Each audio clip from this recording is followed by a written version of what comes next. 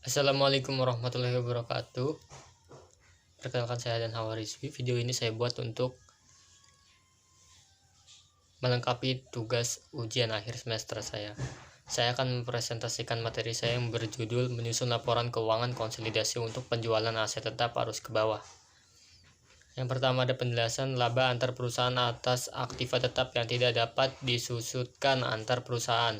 Transfer aktiva tetap yang tidak dapat disusutkan antar perusahaan afiliasi pada harga selain nilai buku menghasilkan laba atau rugi yang belum direalisasi bagi entitas yang dikonsolidasikan. Keuntungan atau kerugian antar perusahaan tampak dalam laporan laba rugi afiliasi penjual pada tahun penjualan, arah penjualan (arus ke bawah atau arus ke atas), aktiva tetap antar perusahaan seperti pada penjualan. Persediaan antar perusahaan adalah penting dalam mengevaluasi pengaruh laba yang belum direalisasi pada perubahan induk dan laporan keuangan konsolidasi. Transaksi antar perusahaan persediaan. Laporan keuangan konsolidasi disusun untuk menunjukkan posisi keuangan dan hasil usaha dari dua atau lebih perusahaan yang berafiliasi dalam suatu kesatuan usaha (single economic unity atau entity). Salah satu perhatian dalam penyusunan laporan konsolidasi adalah penjualan silang reciprocal di antara perusahaan yang berafiliasi. Perkiraan silang ini harus dieliminasi dalam proses konsolidasi, termasuk dalam hal ini laba atau rugi dari transaksi silang harus dieliminasi tanpa memperhatikan keberadaan hak minoritas. Transaksi antar perusahaan meliputi garis atau lorets, umumnya dikelompokkan dalam 3 kelompok, yaitu 1 persediaan, 2 aset tetap, 3 obligasi. 1. Transaksi persediaan antar perusahaan. Apabila sistem periodik persediaan digunakan, maka jurnal eliminasi dalam kertas kerja adalah dengan mendebit penjualan dan mengkredit pembelian. Dalam konteks entity, pendapatan berarti pendapatan yang diterima dari penjualan kepada pihak luar. Pendapatan penjualan antara perusahaan yang berafiliasi tidak dapat diakui sampai barang tersebut dijual kepada pihak luar dari consolidated entity. Dalam kasus penjualan tersebut di atas, maka perkiraan reciprocal (sales purchase COGS) harus dieliminasi dan dalam menyusun laporan keuangan konsolidasi. Contoh 1. PT Permata merupakan perusahaan anak PT Yuda.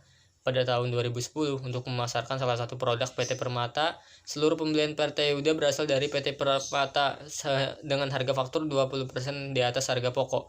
Selama tahun 2010, PT Permata menjual barang dagang kepada PT Yuda senilai 20.000 dengan harga jual 24.000 dan PT Yuda menjual kepada langganannya senilai 30.000.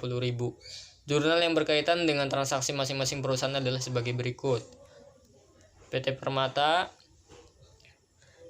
persediaan 20.000, hutang 20.000 (untuk mencatat pembelian). PT Yuda persediaan 24.000, hutang ke PT Permata adalah 24.000 untuk mencatat pembelian dari PT Permata. Nah, yang kedua, piutang PT Yuda 24.000, penjualan Rp 24.000 untuk mencatat penjualan antar perusahaan kepada PT Yuda.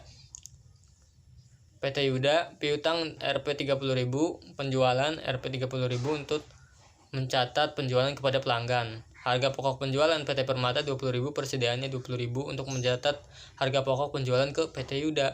Harga pokok penjualan dari PT Permata kepada PT Yuda 24.000, persediaan PT Yuda 24.000 untuk mencatat harga pokok penjualan kepada pelanggan.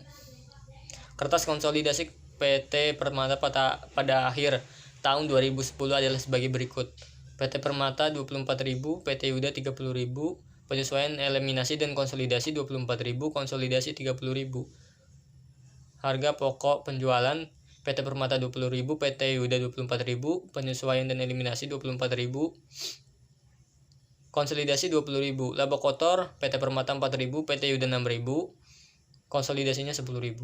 Arus ke atas dan arus ke bawah. Penjualan perusahaan induk kepada perusahaan anak disebut penjualan aset ke bawah, dan sebaliknya dari anak kepada induk disebut penjualan arus ke atas. Pada dasarnya, penjualan silang dapat diselesaikan seperti pada jurnal-jurnal di atas.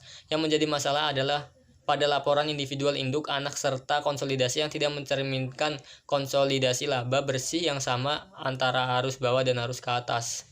Laba belum direalisasi dari penjualan arus ke bawah apabila ada persediaan akhir di anak yang berasal dari induk perusahaan, maka pada akhir periode dibuat jurnal penyesuaian di dalam pembukuan induk untuk mengeliminasi laba belum direalisasi, laba dari anak, investasi pada anak, dan di dalam kertas konsolidasi dibuat jurnal harga pokok penjualan dan persediaan. Di tahun berikutnya, setahun kemudian, apabila persediaan di atas telah dijual, maka dibuatkan jurnal penyesuaian untuk realisasi persediaan awal sebagai berikut.